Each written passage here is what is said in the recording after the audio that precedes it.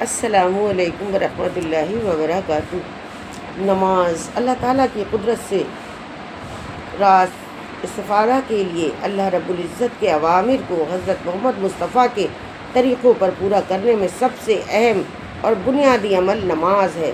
فرض نمازیں اللہ تعالیٰ کا ارشاد ہے، بے شک نماز بے حیائی اور برے کاموں سے روکتی ہے۔ اللہ تعالیٰ کا ارشاد ہے، جو لوگ ایمان لائے اور نیک عمل کرتے رہے، خاص طور سے نماز کی پابندی کی اور زکوٰۃ ادا کی، تو ان کے رب کے پاس ان کا ثواب محفوظ ہے اور ان کو کسی قسم کا خوف ہوگا اور نہ وہ غمگین ہوں گے۔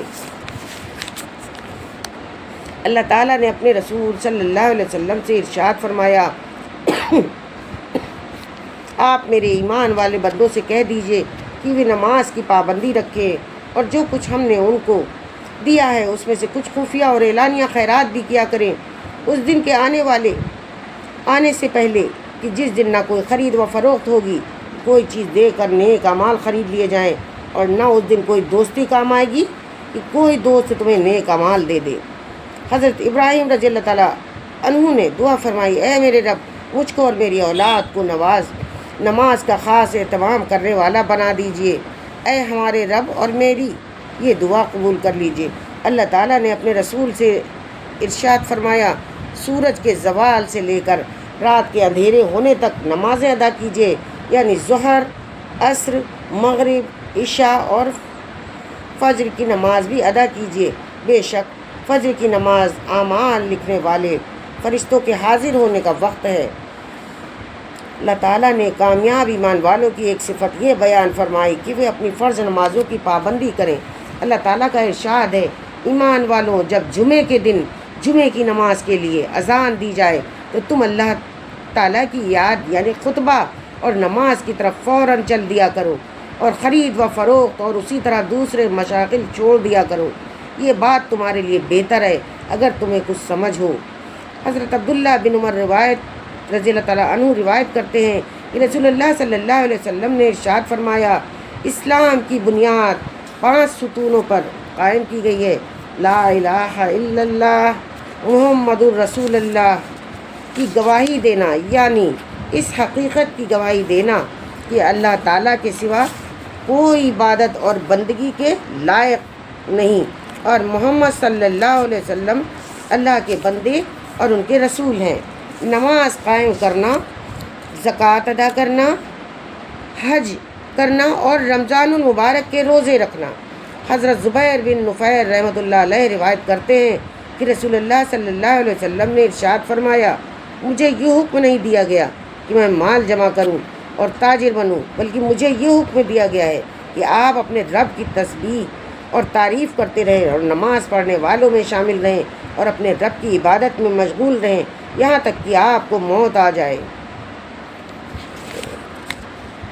حضرت عبداللہ بن عمر رضی اللہ تعالیٰ عنہ سے روایت ہے کہ رسول اللہ صلی اللہ علیہ وسلم سے جبریل رضی اللہ تعالیٰ عنہ نے، جبکہ وہ ایک اجنبی شخص کی شکل میں حاضر ہوئے تھے، اسلام کے بارے میں سوال کیا۔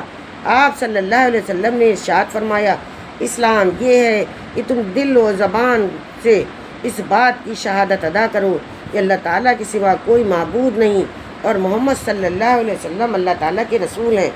نماز پڑھو، زکوٰۃ ادا کرو، حج اور عمرہ کرو، جنابت کے پاک ہونے کے لیے غسل کرو، وضو کو پورا کرو اور رمضان کے روزے رکھو۔ حضرت جبریل رضی اللہ تعالیٰ عنہ نے پوچھا، جب میں یہ سارے اعمال کر لوں تو کیا میں مسلمان ہو جاؤں گا؟ ارشاد فرمایا، ہاں۔ حضرت جبریل رضی اللہ تعالیٰ عنہ نے عرض کیا، آپ نے سچ فرمایا۔ حضرت بن داموس رضی اللہ تعالیٰ عنہ فرماتے ہیں کہ ہماری ملاقات نبی کریم صلی اللہ علیہ وسلم سے حجۃ الوداع میں ہوئی۔ ہم نے عرض کیا، یا رسول اللہ، آپ ہمیں کن چیزوں کی وصیت فرماتے ہیں؟ آپ رسول اللہ صلی اللہ علیہ وسلم نے ارشاد فرمایا، میں تم کو اس بات کی وصیت کرتا ہوں کہ نماز قائم کرو، زکوٰۃ ادا کرو، بیت اللہ کا حج کرو اور رمضان کے روزے رکھو۔ اس میں ایک رات ایسی ہے جو 1000 مہینوں سے بہتر ہے۔ مسلمان اور ذمہ جس میں معاہدہ کیا ہوا ہو کہ قتل کرنے کو اور ان کے مال لینے کو حرام سمجھو، البتہ کسی جرم کے ارتکاب پر اللہ تعالیٰ کے حکم کے مطابق ان کو سزا دی جائے گی۔ اور تمہیں وصیت کرتا ہوں کہ تم اللہ تعالیٰ کو اور اس کی فرمانبرداری کو مضبوطی سے پکڑے رہو، ہمت کے ساتھ دین کے کاموں میں اللہ تعالیٰ کے غیر کی خوشنودی اور ناراضگی کی پرواہ کیے بغیر لگے رہو۔ حضرت جابر بن عبداللہ رضی اللہ تعالیٰ عنہ سے روایت ہے کہ رسول اللہ صلی اللہ علیہ وسلم نے ارشاد فرمایا، جنت کی کنجی نماز ہے اور نماز کی کنجی وضو ہے۔ حضرت انس رضی اللہ تعالیٰ عنہ روایت کرتے ہیں کہ رسول اللہ صلی اللہ علیہ وسلم نے ارشاد فرمایا، میری آنکھوں کی ٹھنڈک نماز میں رکھی گئی ہے۔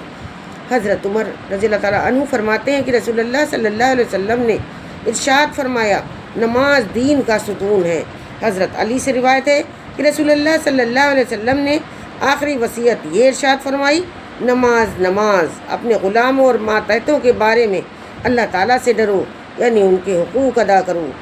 حضرت ابو امامہ رضی اللہ تعالیٰ عنہ سے روایت ہے کہ نبی کریم صلی اللہ علیہ وسلم نے واپس تشریف لائے، آپ صلی اللہ علیہ وسلم کے ساتھ 2 غلام تھے۔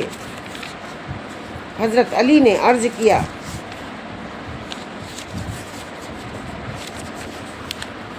یا رسول اللہ، ہمیں خدمت کے لیے کوئی خادم دے دیجیے۔ آپ رضی اللہ تعالیٰ عنہ نے آپ صلی اللہ علیہ وسلم نے ارشاد فرمایا، ان لوگوں میں سے جو چاہو لے لو۔ انہوں نے عرض کیا، آپ ہی پسند فرما دیں۔ نبی کریم صلی اللہ علیہ وسلم نے ان میں سے ایک کی طرف اشارہ کر کے فرمایا، اس کو لے لو، لیکن اس کو مارنا نہیں، کیونکہ خیبر کے واپسی پر میں نے اس کو نماز پڑھتے دیکھا ہے اور مجھے نمازیوں کو مارنے سے منع کیا گیا ہے۔